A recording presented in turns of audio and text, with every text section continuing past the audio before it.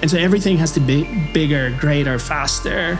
But it's sort of a trap, I think, for someone who's trying to make things. I think I just want to stay curious. And I think sometimes when I work on commercials, maybe too much, I sort of neglect and forsake the curious spirit of child in me. And I sort of want to return to that.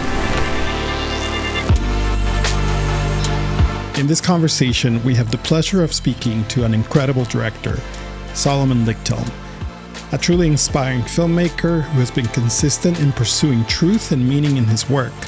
Salomon works in commercials, music videos, and has been sharing his own stories through narrative and experimental short films. Salomon has a strong visual style that draws from his rich background in different cultures, faith, and his desire to explore the depths of the human experience. We chat about balancing family and work, creating meaningful art in a trend-driven world, the role of faith in his art, technology, AI, and many other things. There's so much wisdom and insight in this conversation, and I hope you can walk away with a lot of practical takeaways you can apply to your own journey. So please enjoy this conversation with Salomon Ligthelm.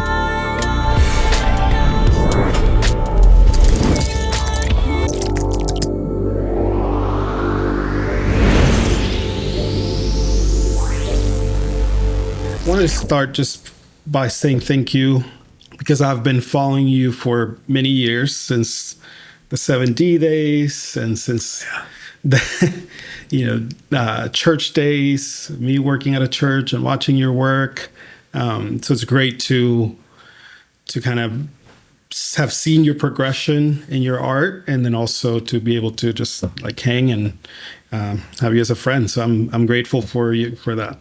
Appreciate it, dude. No, thank you. Thank you for having me involved with this. And yeah, I mean, I think we're just all figuring out our own journeys, right? Yeah. It's fraught with expectations that aren't met of ourselves and potentially even from the outside, from others.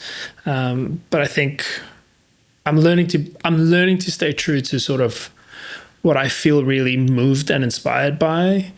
That perhaps may not be trendy, or perhaps may not even be fast. But yeah, I feel more convinced than ever that I really should just sort of stay true to, I think, the things over the last 5-8 years that have become more valuable to me. And I think part of that is just having a family and sort of those things really sharpening my focus. Yeah. You have 2 kids. Yeah. How old now? My daughter just turned 8 and my son's is 9. Yeah, I have 2 kids as well. And like, even coming on this little trip that's a couple days, I hate leaving home. Yeah, and I get it. I always wonder, because you probably are gone on longer stretches, I'm sure, than I am. Right. Because work internationally a lot.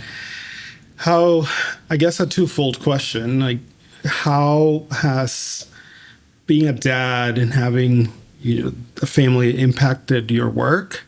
And then the other side of it is how do you deal with the inevitable being gone and being so busy and all of those things?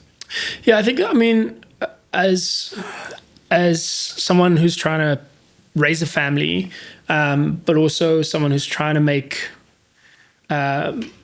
create work that means something to me on the one side, and on the other side, that also puts food on the table, and managing a family that can be tricky. And there's been seasons when it's been tricky, especially when our kids were really young.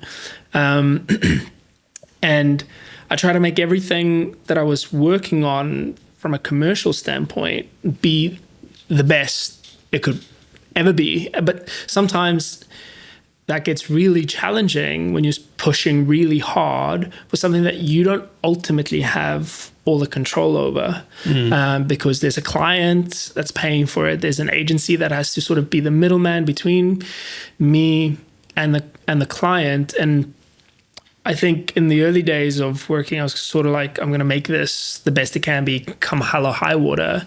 And invariably or inevitably there'd be moments of frustration, because ultimately you're trying to fight for something that you're not ultimately in control over. And so I've sort of had to learn to sort of, I guess, yield to that process and refocus my attention into the things that I can control, which are personal projects and maybe to a lesser extent music videos, but personal projects, short films, and trying to develop feature films, and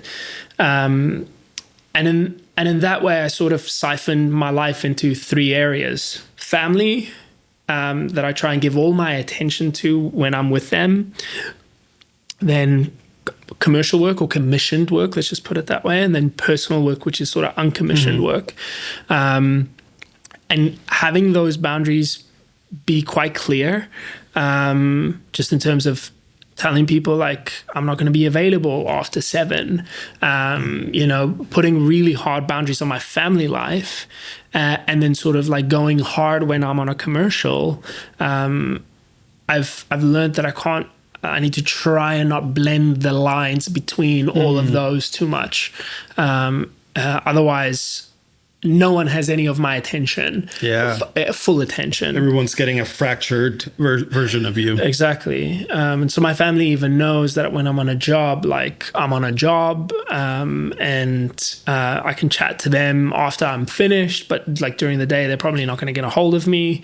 So yeah, I think just siphoning off those areas with a little bit more discipline has proved to be useful. But I used to think you've got work on this side and you've got family on the other side, and that became really sort of frustrating. I think work is then even siphoned off into like commissioned work and personal work, because I was sort of losing myself in trying to make every commissioned work sort of the greatest quote unquote piece of art that it could be. But I just realized I had no control, and I was like, actually, I'll use the money that I make or the resources that I gather from commission projects and put that into personal work, but you sort of hit a limit with that as well.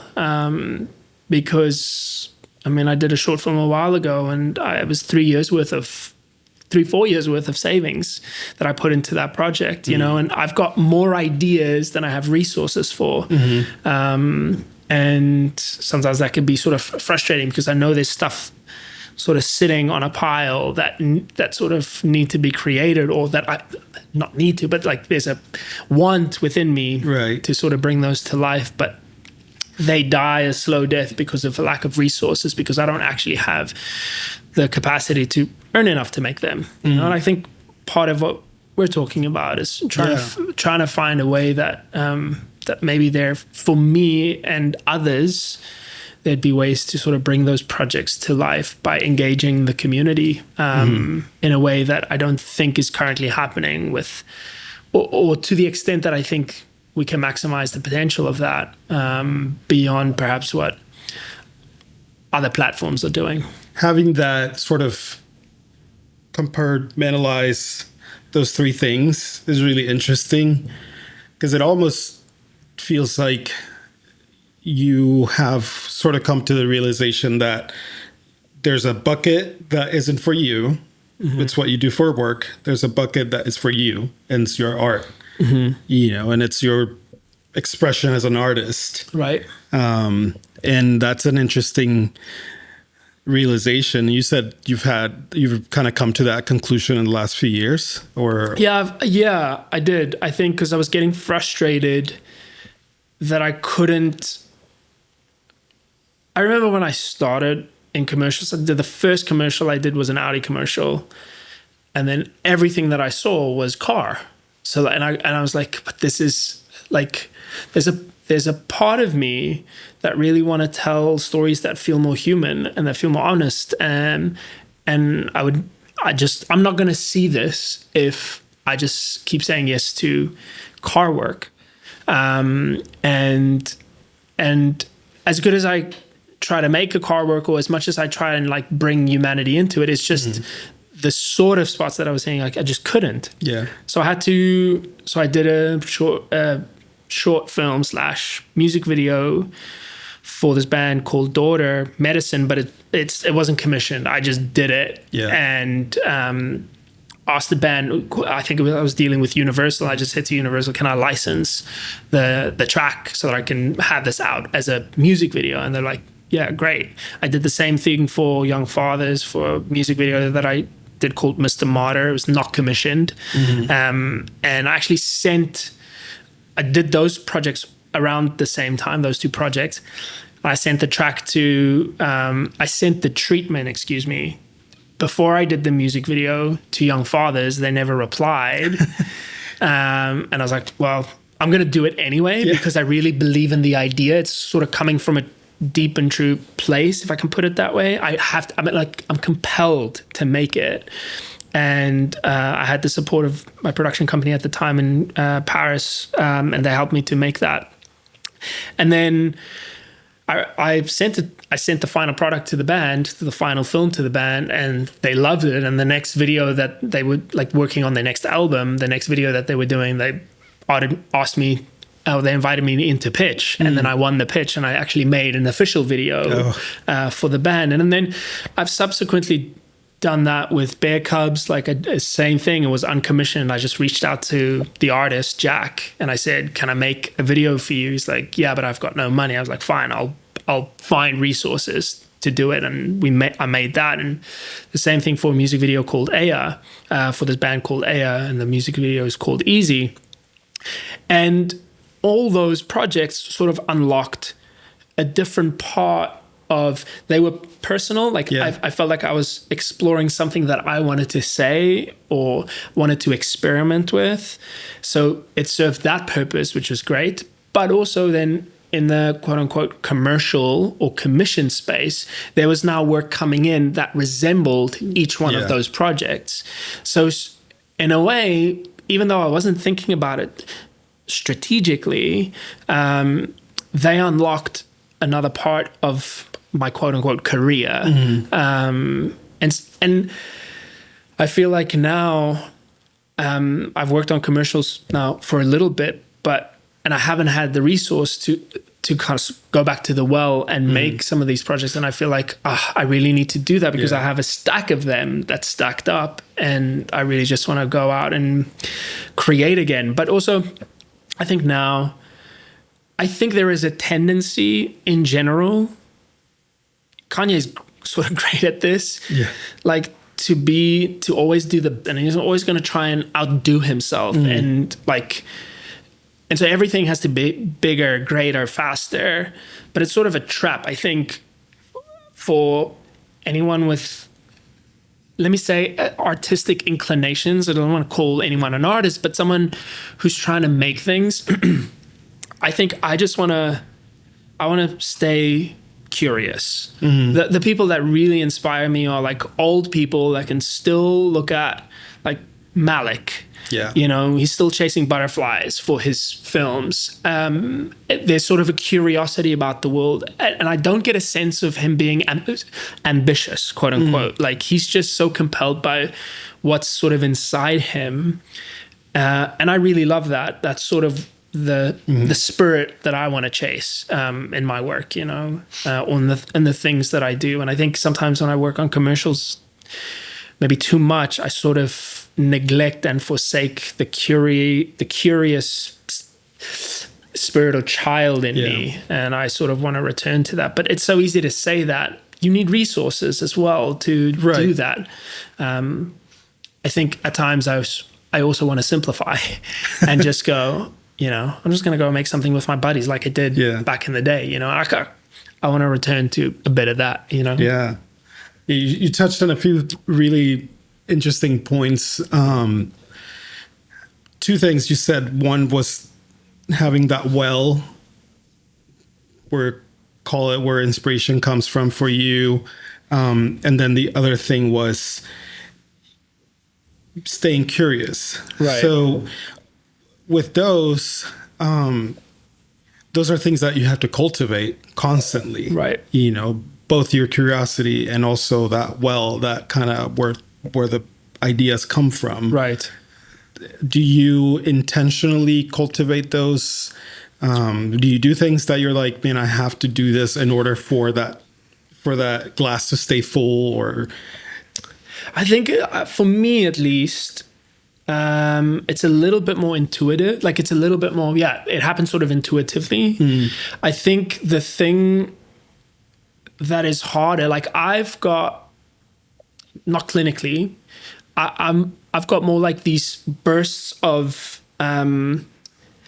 curiosity and inquiry that sort of like I spray gun into multiple different pockets the whole time. Then I pull that out. I think what I want to learn to cultivate is to go deeper in one thing. The curiosity to like, when I was a kid, first grade, I remember in school, I got an award for general knowledge. There was like a general knowledge quiz and I got the award for that. And I think, so my mind sort of works in, I can go very wide. But what I'm trying, the thing that I'm trying to cultivate is to go deep. Yeah. Because I think that's sort of like, especially in story or the format that I'm working with, like things sort of become transformative when they're deep, not just when they're cool or trendy. I think those are sort of like top level, surface level. There's a lot of it out there, sort of in the commercial space, in the music video space. But I saw a painting in the Louvre. I was with my dad in Paris for the Rugby World Cup, and I've never been to the Louvre. I've been to Paris many times. But my dad was like, I want to go to the Louvre. My dad has never been to Paris. But I decided to take him, go watch this rugby game. And then he was like, can we just make some time to go? So I was like, yeah, okay, great. Let's go. I've never been. And we went up in the big hall where the Mona Lisa is. And amazing. Like everyone was, as a sea inundated, of people watching the Mona Lisa. But just behind the Mona Lisa, like the Mona Lisa is on a freestanding wall, and then you can walk around the wall. And I was just looking at some of the paintings, and there was a small painting, really, really tiny painting behind the Mona Lisa that I was the only one, me and my dad. Now, I was standing there. My dad was sort of walking around looking at some of the other paintings. And I looked at the painting, and it was different from all the other paintings. It was a sort of like a telephoto. It looked like a telephoto depth lens sort of framing of Christ carrying the cross and the soldier sort of pulling at his hair. And I was like, wow, this feels a little bit different to the other paintings, because all the other paintings are like large tableaus or naturescapes, and they're wide shots, or it's like people standing, by a table and posing. Like those were sort of the paintings of the time, but this one was different. And then I read the little plaque that describes the painting, and it said, this painting is sort of different in its style, and it's got a more modernist style because it has this close-up framing, which you didn't have at the time. And then another little detail on the plaque that just blew my mind, which is the artist chose not to write his name at the bottom corner, which would be usual. That's what normal. you do, yeah. The artist wrote his name upside down on the cross. Oh, wow. So that Christ would be the only one that could see his name. Wow. And so when I looked at that painting, and when I sort of like reflected on that painting, I sort of realized that artist probably looked for a while at this painting, and he was like, how can I not necessarily put myself in the work, but how can I sort of connect my narrative into the narrative of the painting and put myself sort of in a lineage of time, because I'm seeing that painting, how many 600 years later, and I have a recognition of both this figure in history, Christ, that's now connected to this artist, because there's a story that's being told in this painting. That level of depth that level of quote unquote insight is sort of transcendent for me. I just sort of marvel at that, because no one was doing that. Everyone was painting big paintings, technically brilliant. But I sort of realized that art has to be three things in my, as I was looking at it: the subject matter that you choose, how you execute your craft, and then the insight. And I think we sort of live in a space where insight, that's sort of rare. It's really rare to find a piece of work, whether it be a film. I mean, I look at some films and I marvel, they're technically brilliant, but which films connect me to a bigger story, a story in time, a story that pulls me into the future, but that also pulls me, like that painting did. It pulled me back in time, but it also is pulling me into the now, So art really has that possibility, but if it's only cool and trendy, I don't think it pushes, I don't think it connects in that way. And so I'm very easily distracted. Like I said, I've got let me just say, maybe not clinically diagnosed, but I can look at myself and go, I'm very easily distracted. I have maybe a form of ADHD. And where I'm trying to cultivate my curiosity is to go deeper, is to dig for the thing that is the insight, the unique insight that I think that just goes, and that doesn't make it about me, because I think for me, it was the story that was encapsulated in that painting. It wasn't necessarily about the painter, but I felt like there was sort of a connection with the person who crafted, with the subject matter, and that story being pulled through time in a very interesting way, and it's not easy to do if you're just looking at this YouTube video and that Vimeo video and trying to copy this from that thing and that from that thing. It's like, no, actually, what are you trying to say? What are you actually trying to communicate? And that sort of takes meditation, I think, and life experience. And I think this, my time with my dad in Paris pulled out a new dimension in how I want to engage with my work, because it's easy to just make things that are trendy, and I fall prey to that all the time, but trying not to. I think it's hard. That's a beautiful story. I would love to see the painting. I have it on my phone. Oh, you gotta show me later.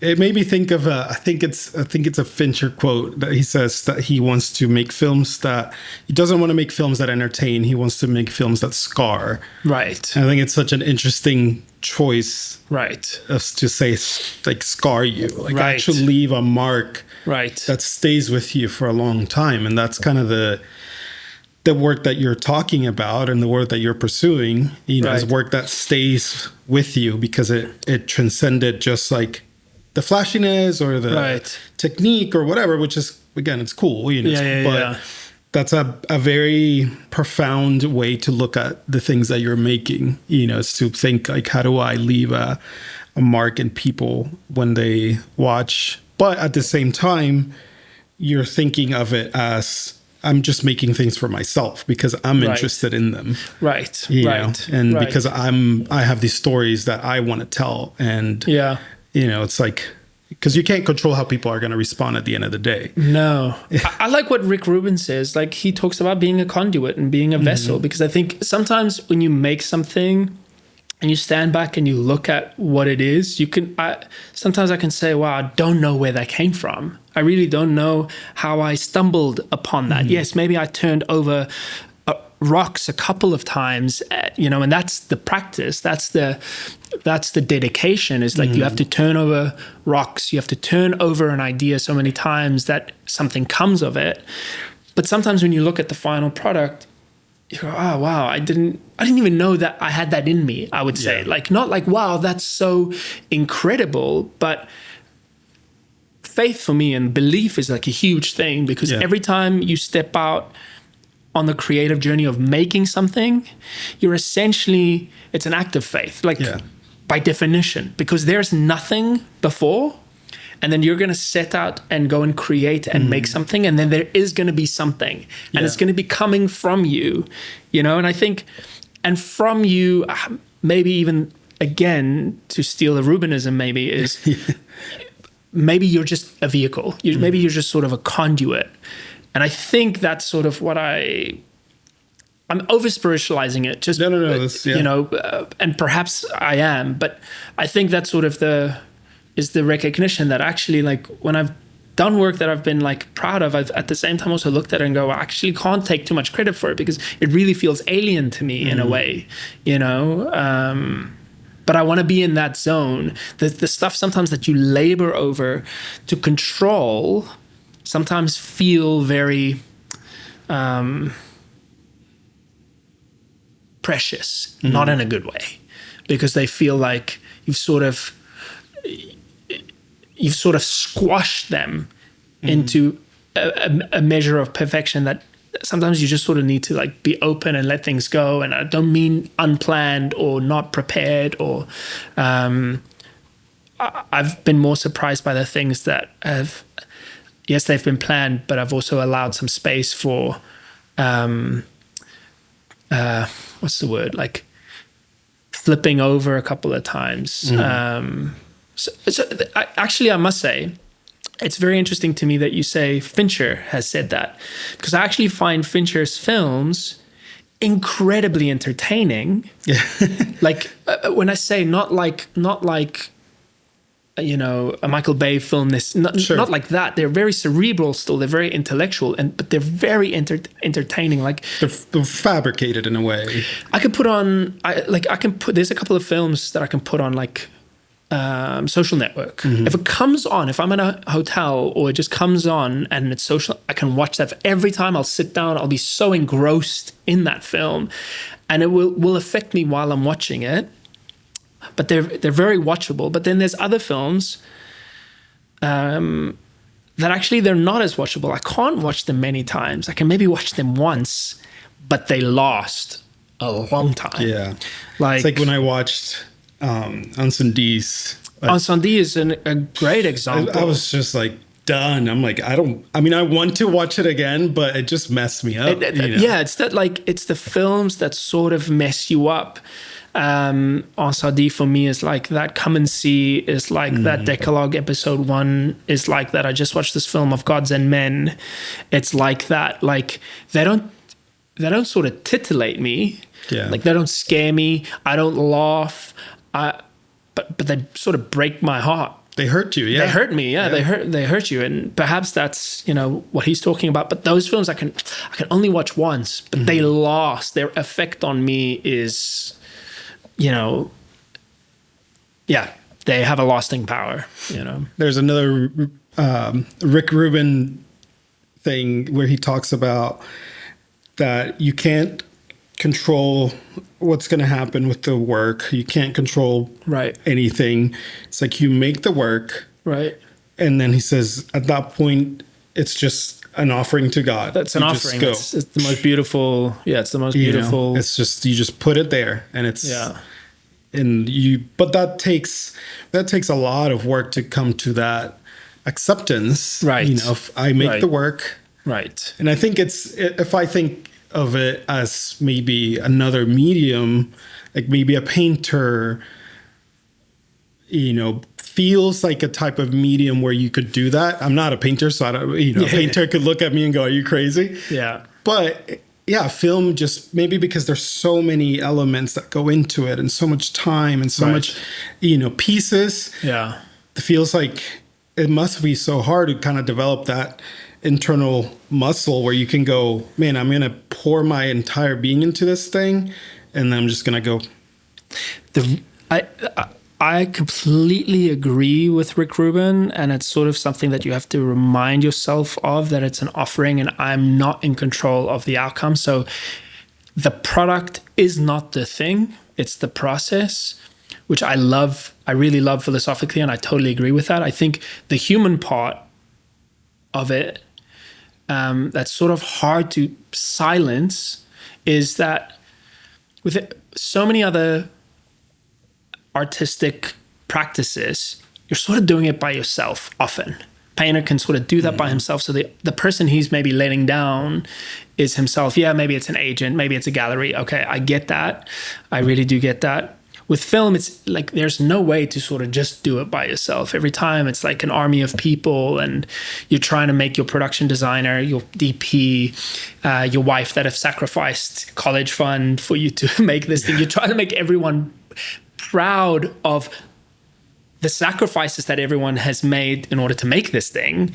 And that's what I think sometimes with film makes it a little bit harder is you feel like I'm not only letting myself down if it's not great, I'm also letting other people down. There's eyes on it the entire time. There's eyes on it. You're putting it on Instagram, you're putting it on Vimeo, you're putting it on, it's getting screened. It's like so impossible not to feel naked.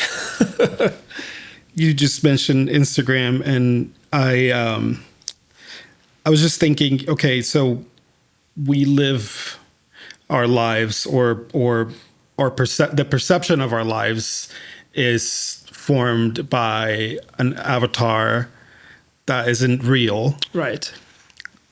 What do you think? What do you think people knew more about you that maybe they just don't know because they only know the avatar?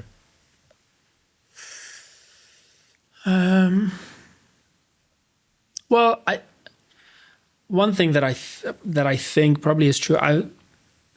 There's some pieces of work and some themes that I'm exploring in the work that hasn't been in my other work. That's one thing. Like there's just some things that I feel like often what happens, I get to work, and I'm very thankful that I get to work in commercials and music videos, but there's sort of small canvases. So I think there's just some themes that I've just not been able to really explore that I really do want to explore. And I think that people will probably go, oh, I didn't know that's how he thinks about the world or whatever. Yeah. I don't know. I think some things are probably good to just be, in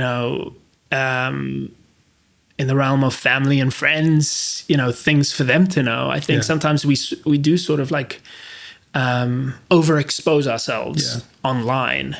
I don't know. I mean, I try and be very honest, about as much as I can, I think. But I don't know if there's anything that people don't know about me. I think there would be a lot. I would say there would be a lot, sure. But I think maybe that's the better way, just because I think, I think some things are sacred between friends and some things are sacred between family. And and I think if I know someone so much online, it's so easy to sort of think you know someone, and then invariably you meet that person and he isn't maybe exactly like you imagine him, So, I mean, I don't, I don't know. I think it's sort of important to have things still be private and a mystery. It's not like you don't want to give yourself to someone, but sure. I think it's so hard to give an accurate portrayal of what you will. It's impossible. Yeah. Bury the false, illuminate the truth. What does that mean?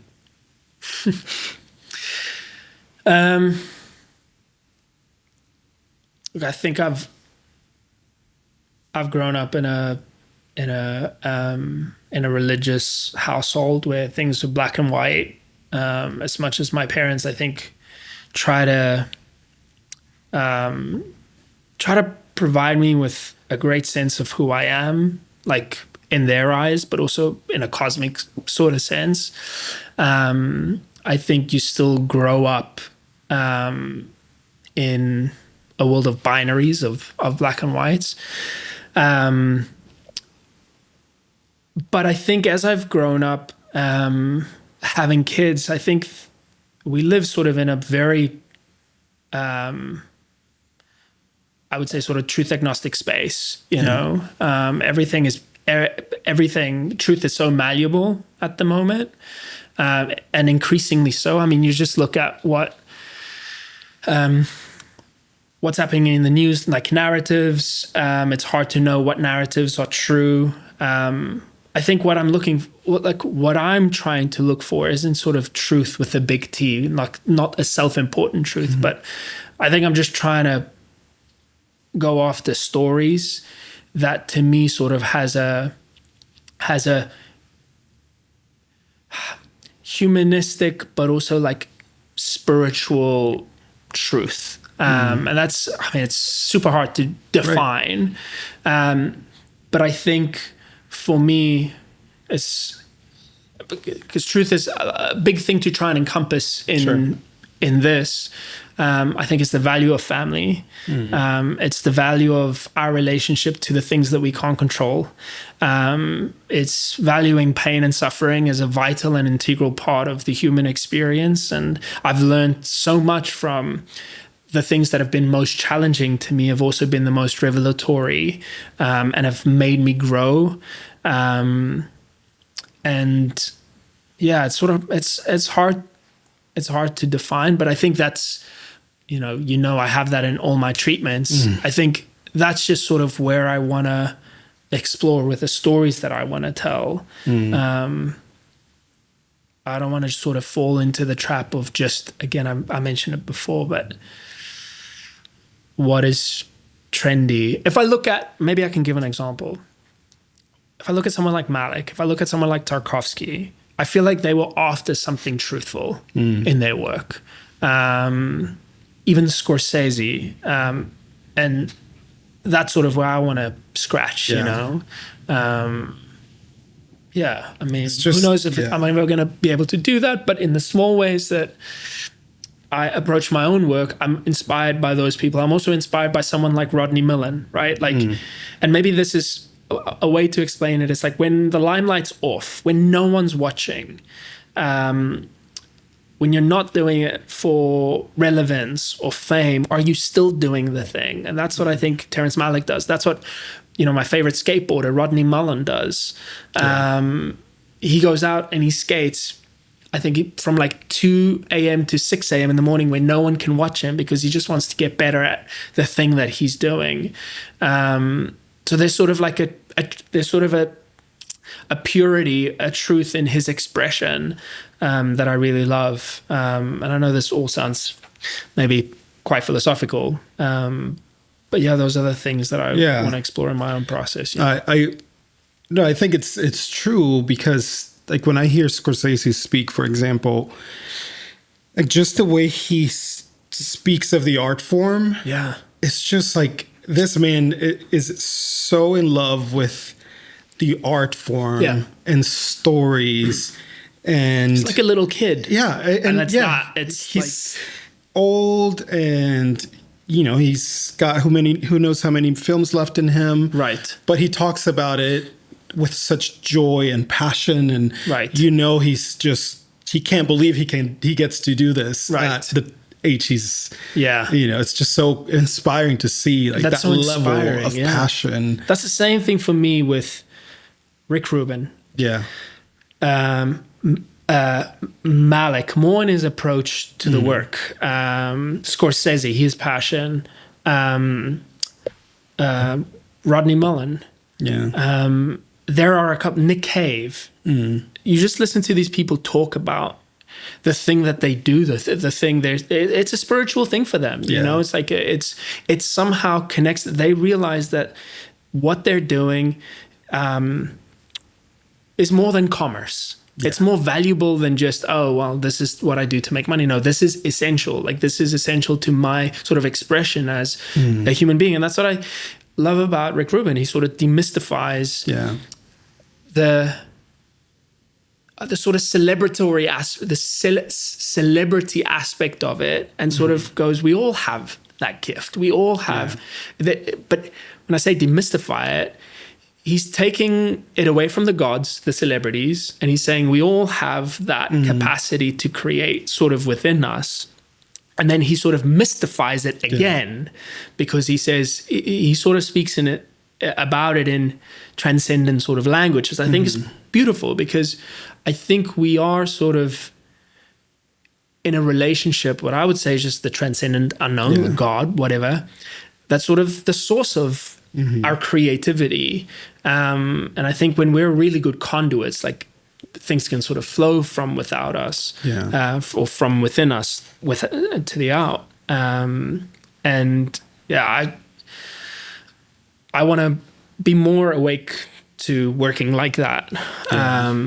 You know, because it's so easy to get distracted with Instagram, and then someone's posting the newest thing that they've put on, and then you see down that another person is posting, but down your feed, it feels like it's this one person that's just constantly putting out work. And then all of a sudden you sort of get this anxiety, like, I've got to put out my next new thing. You know, what am I hustling on? When can I put this thing out? But it's not yet ready. But so what? Like, I just need to show people that I'm like working and that I'm busy. And yeah, it's such a trap, you know, it's such a, like, it's a drug, that I think we're listening to this guy called Andrew Huberman, and he was talking about cocaine, and he says why cocaine is so bad for us is because it creates this short circuit between the relationship of sacrifice and reward. Humans are made to sacrifice. Like, it's part of our DNA to sacrifice to something and then get a reward. But cocaine, for instance, you don't sacrifice. You take the thing and you just get the reward, and it sort of messes with our body and our psychology. Instagram is sort of the same. Yeah, it's digital dopamine. Media It's the same. It's dopamine a drug without sacrifice. And so it's really, I don't want to fall into that trap, you know, because then what happens is you sort of forget the work. Yeah. And the work can't ever get deep, because you're always looking just to put the next thing out, as opposed to, hey, take a Sabbath from it, take some time away from it, get quiet, meditate, think about the thing that you want to make it deep so that it can really sort of connect, because otherwise everything's ephemeral, nothing means anything. That's sort of what's happening, I think. And I'm so guilty of it. So guilty of it. And but it's really something that frustrates me, because I want to slow down and dig deep, you know, for the work, you know. You touched on a couple things. So one is this idea of, back in distant history, it was believed that only certain people had the gift. Right. You know, and there were the gifted ones, there were the geniuses, there were the ones at the top, and everybody else was just kind of like, hey, we just didn't get that gift. Right. And I think you were speaking a little bit into the idea that we all have that gift, you know, and it made me think of when you were talking about like the Rick Rubins of the world and these types of people, the Maliks, growing up also in a religious household and upbringing, there's so much talk about calling. Right. And I think it gets a little bit, you know, it has so many meanings, but then people usurp it for their own benefit. It's so easy to say, I'm called to whatever. And then you sort of run at your ambition. But then you look at someone like these people and you realize that's what finding your calling is. It's like just going so deep into the work that you know your heart is just fully immersed in, you know, like you are called to that work, and it's now your job to realize that work, and that's, you know, that's a practice of going, like you were saying, like going deep. Are there things that you do or that you try to put into your, whether it's routine or whether it's just like your lifestyle, that help you continue to go deep and not let yourself get caught up in the shallowness of, and I guess I can lead a little bit into talk, because I want to talk with you about like technology too. Right. But it's so easy, you know, to get distracted by the algorithm driven world and the things that, you know, that can pull you away from then that depth that just, I mean, the guys we're talking about are all older. Right. You know? Right. So how do you cultivate, you know, are there any practices or things that you do to cultivate that depth, or cultivate an awareness, and yeah, like anything that you've learned or picked up or realized, man, I need to do this more in order for me to stay in that state of mind? I think, like I mentioned before, it's really easy for me. Like, I think my curiosity can spin me in many different directions, and I can sort of easily come up with an idea for a music video or solve an idea for a commercial. I think the thing that is harder is being very dedicated to a short film or a feature, particularly a feature film. I think even a short film, I can sort of like, it's easier to sort of solve that. But writing a feature takes tremendous discipline. That's where I'm like, to be honest, that's where I'm just learning and trying to be more disciplined, because historically I haven't. So that's an area where it's just like coming to the page every day, being disciplined, and not loading up YouTube and not loading up Instagram. I mean, I'm talking very like, sure, it's probably the same for everyone. Right. I mean, very practically, putting my phone on Do Not Disturb from 8 till 12. And then I go for a run in the middle of the day from 12 to 2. I'm just like working out and whatever. And then from 2 to 5, it's on Do Not Disturb again, because I'm trying to work and I'm trying to write. And then at night, it's again on Do Not Disturb from 7 until I wake up to 7. And that's something that I've only started doing over the last 2 months, like for the first time ever.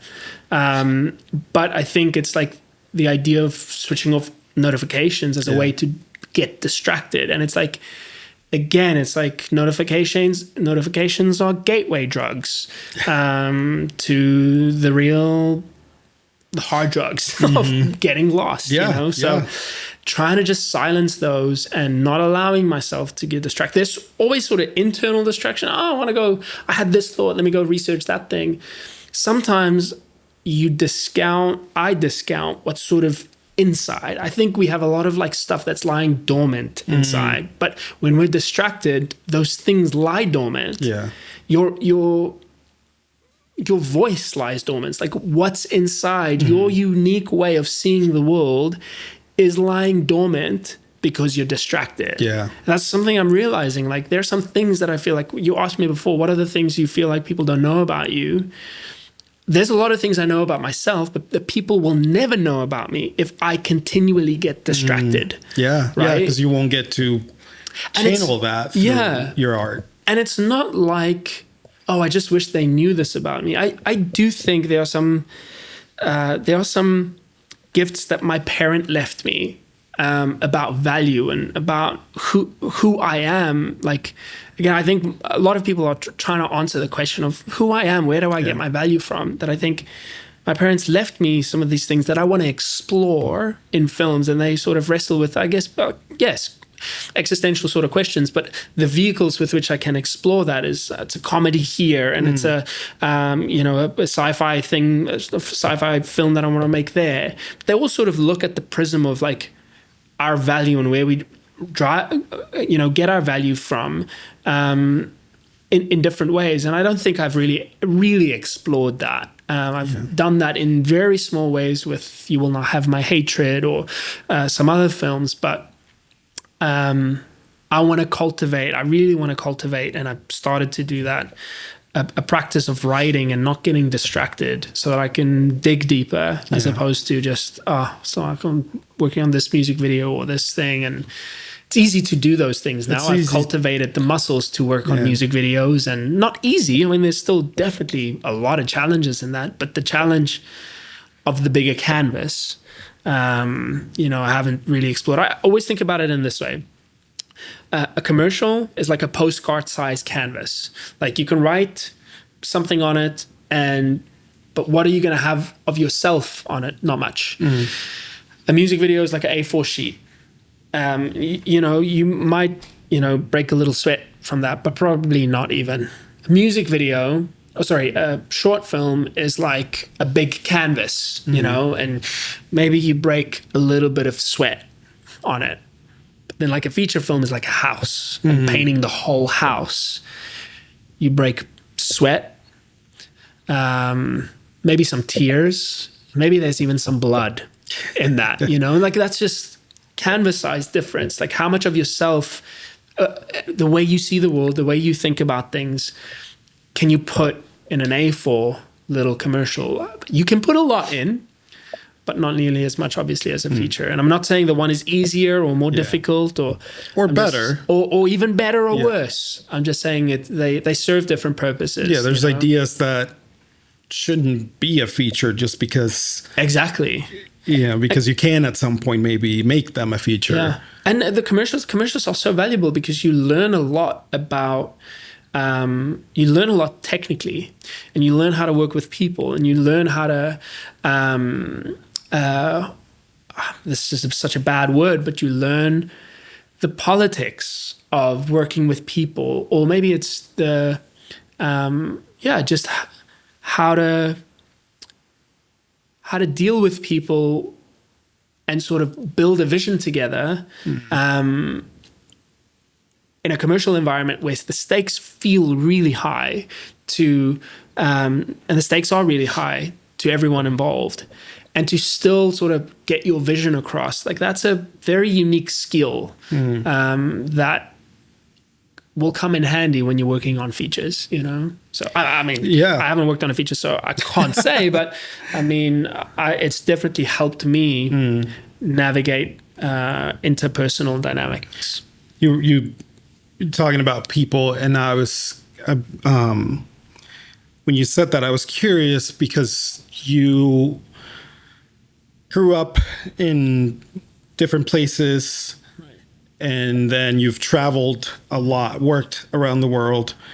What have you learned about people from having seen so many different nuances of the world? I think, I mean, I think my parents were moving around when I was young. You know, I feel like I always lived with a map of the world somewhere in our house. You know, that's sort of like, it's just the missionary way. My parents were missionary when I was younger. So I always grew up with a map of the world. My dad could speak Russian when I was younger. I mean, I learned sort of by proxy or osmosis. I learned Russian when I was a kid. I mean, I couldn't speak it, but I still remember a lot of words. My parents moved to Dubai. I moved with them. Me and my sister moved with them. Then they moved to Bahrain. I moved to Sydney. My sister moved to Portugal. My parents moved to Saudi Arabia. That's where they now live, and I moved to New York. So, and then my work takes me everywhere. The thing that I've learned is that stories are universal. Not that stories are every country has their stories. No, there are some stories that every country understands pain, every country understands love, the expressions of those might be a little bit different. Sure. But I mean, I've done a lot of work sort of like more emotionally driven work in Mexico, and you learn the unique, specific cultural nuances of how to tell that story, working closely with people on the ground, DPs, your production company, agencies. But we can all tap into a human universal. That those stories were about losing a loved one, and that's we all experience that. And again, without sounding philosophical, we are more alike than we are different, and I don't know. I mean, I really want to explore that, in a lot of my stories. Again, it comes back to just like the worth, or like our sense of worth. Where do we get that from, And I think that is where sort of my spiritual upbringing, I would say, yes, okay, my religious upbringing, but I think it's sort of like it's become more vital to me, not just as, that's sort of there's sort of an aesthetic accessory to my work. It isn't just aesthetic. I think it is vital, it defines now this type of stories I want to tell, not to make stories religious but to I guess, explore ideas of like value and worth and where we get that from, you know? So I don't know if that answers your question. Yeah, no, I love it. I love it. Switching gears just for a second, because we've talked a little bit before about technology, and I saw this interview with Steve Jobs from 1990, and he said, for me, a computer has always been a bicycle of the mind, something that takes us far beyond our inherent abilities. Right. And I thought that was so interesting that he said that in 1990, and he likened the computer to a bicycle of the mind. And I was thinking, in the context of storytelling, it's just kind of what we're talking about here. It's like, what do you think that relationship is? Because the world has changed so much since even he said that in 1990. Right. How has the storytelling changed because of technology and all of those crazy things? Yeah. So, I mean, here we go into like murky, tricky waters. I will say sort of what I think about technology. I think if you look at just the story, forget the historicity or which it isn't, it's written in a different allegorical language. But if you look at the story of Adam and Eve, what was Adam and Eve told not to eat from? They were told not to eat from the tree of knowledge of good and evil. It caused humanity's downfall. Again, forgetting sort of the historicity of it, but just the allegory. There's something in that story. If you look at the back of your phone, what do you see? You see a sign of an apple, an eaten apple. And it's, again, without trying to sound conspiracy theorist in it, but like what is destroying our attention these days? I think it's just something to be highly cautious of, because I think we all know it's like I'm talking specifically about phones, but really artificial intelligence. I think it's so easy for it to get out of control. So to have it's really hard to have a relationship with technology that's inquisitive, that's curious, but that isn't yielded to. I think is vital. I almost don't know, if I'm truly honest, whether it's possible. Yeah. I think I don't know. I really feel like there is a part of me that wants to just go and live in a cabin and just get away from it all. I think when you look at it through the lens of parenting, I think it makes you even more wish for that. Yeah. Because I think, look, I have looked at artificial intelligence a lot, right? Like I think we can go, there's the way of Terminator. These things are going to take over and they're going to destroy us. They're going to kill us. They're going to wipe us out with bullets or, something like that. I think then you sort of have, so there's an antagonistic relationship between technology and us, right? Then I think in the middle, you have a non-antagonistic relationship with technology, which is like Sam Harris says, artificial intelligence will become like a human is to an ant.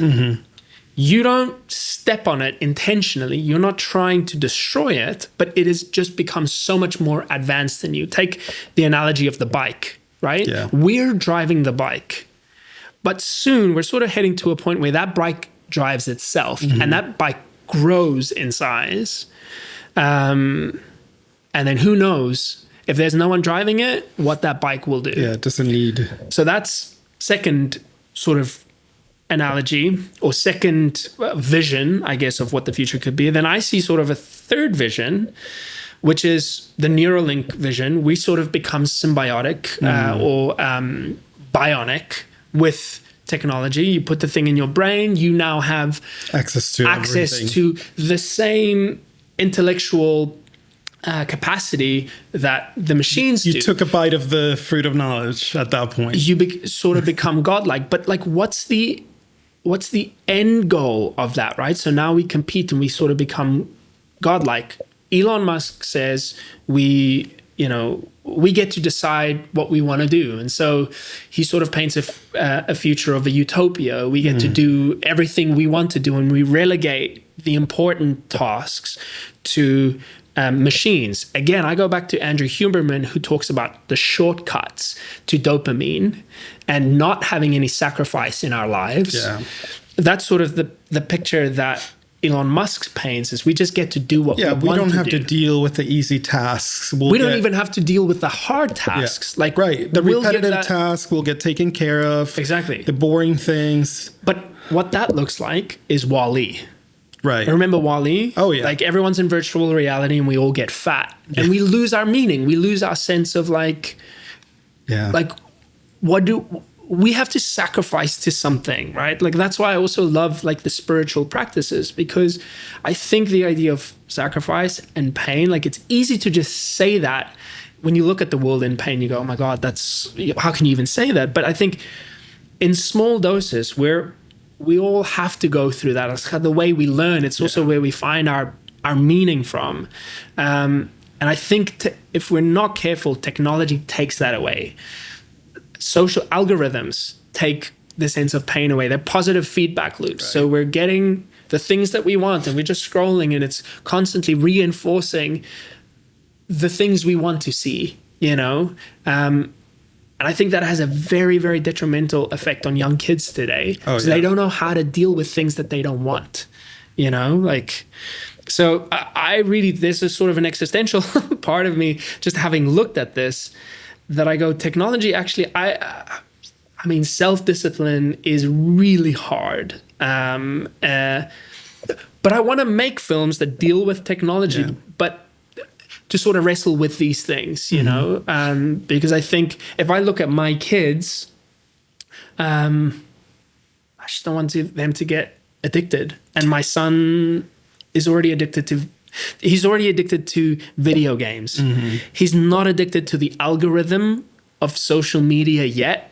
And I'm really trying to avoid that from happening. I mean, it's in a way it's inevitable, but the only thing that I could do is sort of model. Yeah. Well, yes, delay it, but also model it myself. Me and my wife model it to go away often enough to get away from the devices and sort of model like being in nature. And I mean, I know how this sounds, but I mean, it's a thing that we're dealing with. It's what you're dealing with. You had a tweet kind of touching on that says, machines will never have your pain or your suffering, and thus they will never have the story behind your story. Aesthetics in a vacuum of human experience is one thing, but an entirely different thing with the context of our blood, sweat, and heartbroken tears. Right. I think that sort of encompasses this idea. I mean, takes me back to that painting. Yeah. There's a story behind the story of that painting that's transcendent. It reaches incredible heights and depths that I don't think you could have. You don't have the insight if a machine does that. Mm-hmm. There is no insight. There is no, what's the story of that artist that made that thing? It was a machine that made it, So, I think artificial intelligence is going to get all the way there with aesthetics. Yeah. But the insight will never be there. Like the story behind the story, so to speak, it just won't have. It'll be technically brilliant. We won't be able to tell it apart, but watching a BTS that we all love doing, watching Scorsese talking about his film and just like, wow, marveling at that. You just never will get that, Yeah. That's a whole other rabbit hole, just thinking about the way that stories will be then consumed. Right. Because what technology is, where we're headed, and the struggle with the with the big studios is that balance of, okay, now we have to feed this endless need of content. Yeah, right. And right. you know, now you don't wait for the show to come on every Friday and watch it one. You have to binge it, and now you have to pick between 50 shows instead of just one. Like, yeah, if you make content, sure, AI can make content. If that's the direction the world is going, I'm like, shit, that sucks.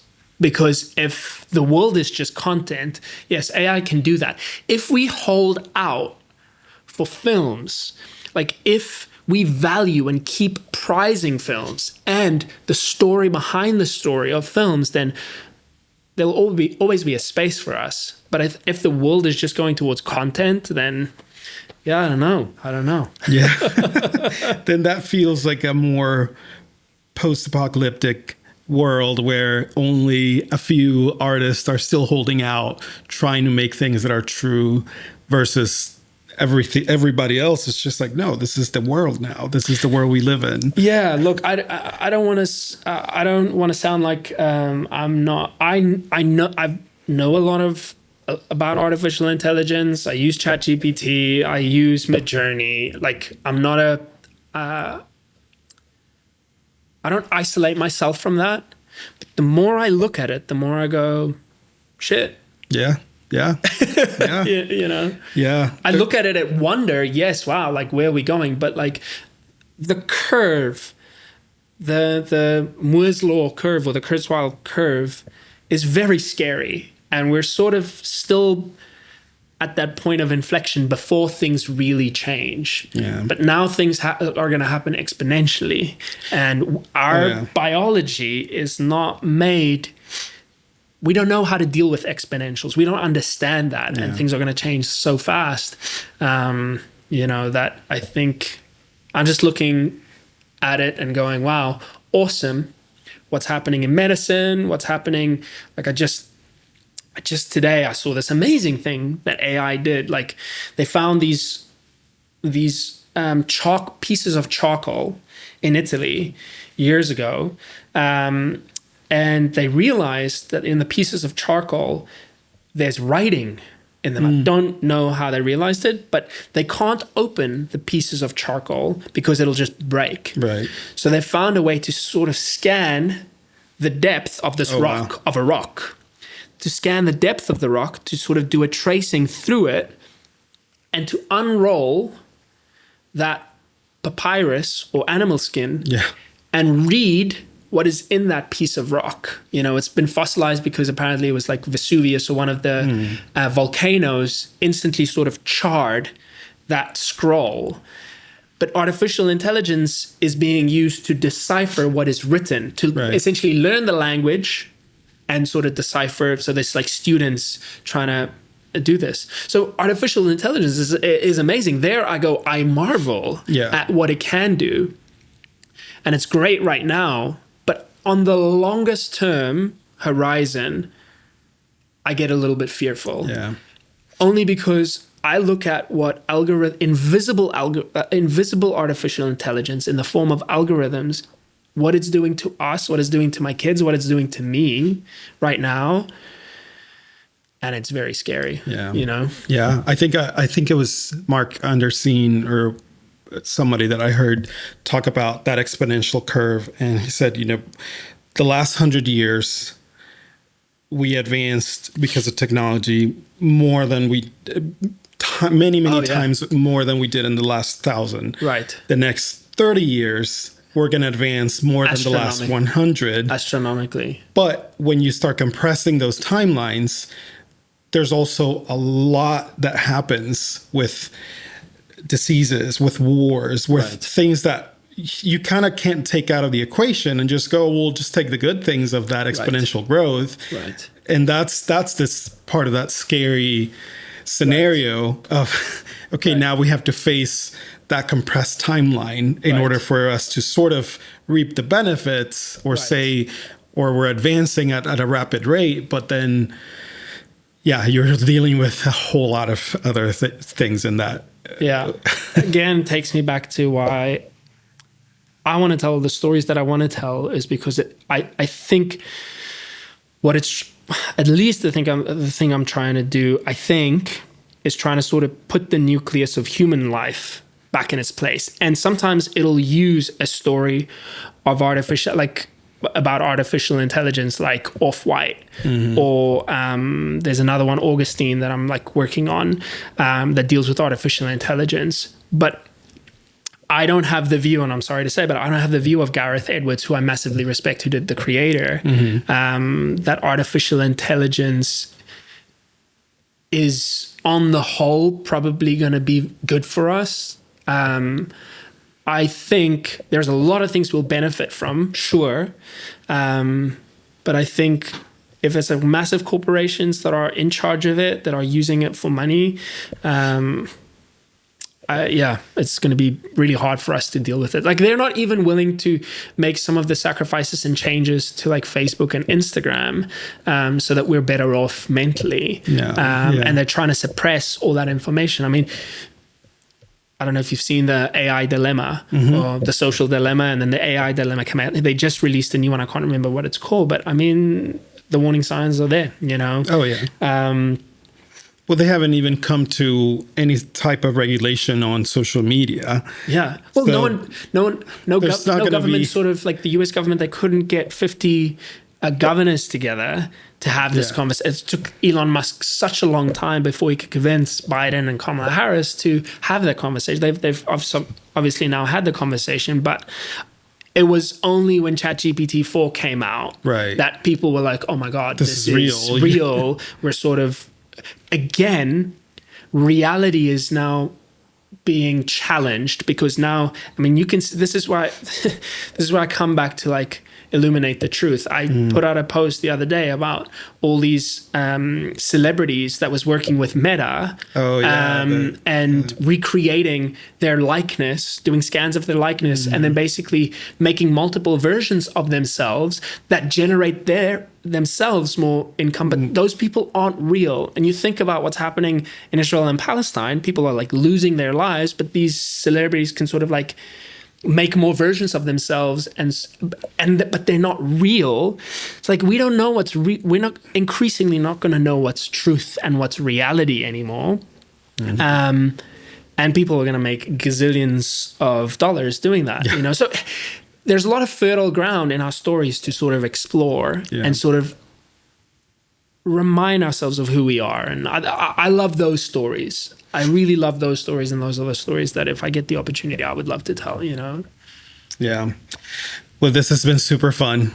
Thank you so much. I think, I would love to talk about this more, and maybe we'll do it part 2, 3, 4. Yeah. If you had to leave anyone who's going to watch this with one challenge, what would that be? I mean, we've heard this so many times, but I think really figuring out every person has a unique point of view. And I think the temptation is to look at what everyone else is doing because it's cool and because they've gotten a staff pick and they've gotten an Oscar or they've gotten an Emmy, and to sort of mimic that because we're reminded all the time of what everyone else is doing. But we neglect, because we're so easily distracted and there's such a need to put something out, we sort of neglect our own voice, our own point of view on what we think about the world. I'm learning that myself, is to just try and be, if I'm constantly distracted by Instagram and all these things, I'm never going to be bringing these things to life. And so I think it's like just to remind people to look at the things that they have, the voice that they have, to nurture that. And I think it exists probably off the internet, maybe in books, maybe in what you read, maybe in what you experience with your family, maybe what, like, again, maybe I'm idealistic, but that's my challenge to myself, I guess, is to not be distracted and dig back into the things that I think give me a sense of my meaning and worth. Yeah. Awesome. Well, thank you so much, dude. Pleasure, dude. Appreciate this. We'll do handshake. We'll do like and subscribe. Yeah, smash that like button. Yeah. Hey, thank you so much for listening. If you enjoy this conversation, please give us a follow, subscribe, and check out larkhaus.com to find out more about the different initiatives that we are developing to build community and to help artists like you realize their full potential. See you soon.